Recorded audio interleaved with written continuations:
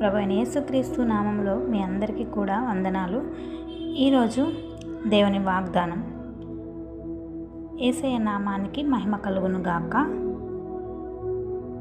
పరిశుద్ధ గ్రంథంలో నుంచి యోహాను సువార్త 11వ అధ్యాయం 40వ వచనం మనం చూస్తే, నీవు నమ్మిన ఎడల దేవుని మహిమ చూస్తావు. ఆమేన్. ఎంత గొప్ప వాగ్దానం అండి. నీవు నమ్మిన ఎడల దేవుని యొక్క మహిమను నీవు చూస్తావు. ఇక్కడ యోహాను సువార్త 11వ అధ్యాయంలోనే మనం చూసినట్లయితే, మార్త మరియు వారి సహోదరుడు లాజరు మరి వారి కుటుంబాన్ని దేవుడు ఎంతగానో ప్రేమించినండి. వారు కూడా ఎంతగానో భక్తిగా ఉండేవారంట.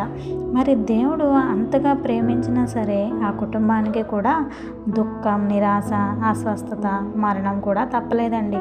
మరి ఈ రోజుల్లో దేవుని అందు విశ్వాసం ఉన్న నా జీవితంలో కూడా ఇలాంటి బాధలు ఉంటాయి దేవుని బిడ్డలారా. అయితే మనం కృంగిపోకూడదు. నాకే ఎందుకు ఈ శ్రమ, నాకే ఎందుకు ఈ కష్టం, ఎన్నాళ్ళు ఈ అనారోగ్యం అని బాధపడుతున్నావేమో. ఆయన ఎవరిని ఎక్కువగా ప్రేమిస్తాడో వారికే శోధనలు ఉంటాయండి. అయితే వాటన్నిటికీ ఒక సమయం కలదు. నీ జీవితం పట్ల గొప్ప కార్యాన్ని చేయడానికి దేవుడు ఒక సమయం అనేది పెట్టాడు.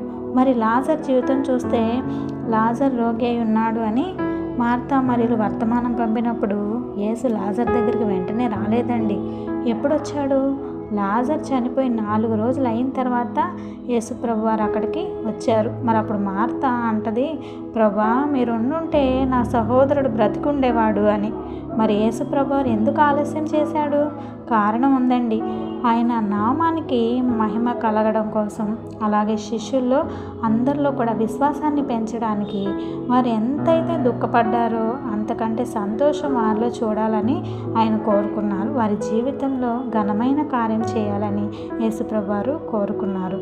మరి దేవుడు సమాధి రాయి తొలగించగానే మార్త అంటది, ప్రభువా చనిపోయి 4 రోజులు అయింది కదా, వాసన వస్తుంది అని. అప్పుడు ప్రభువారు అంటారు, మార్త నీవు నమ్మిన ఎడల దేవుని మహిమను చూస్తావు అని.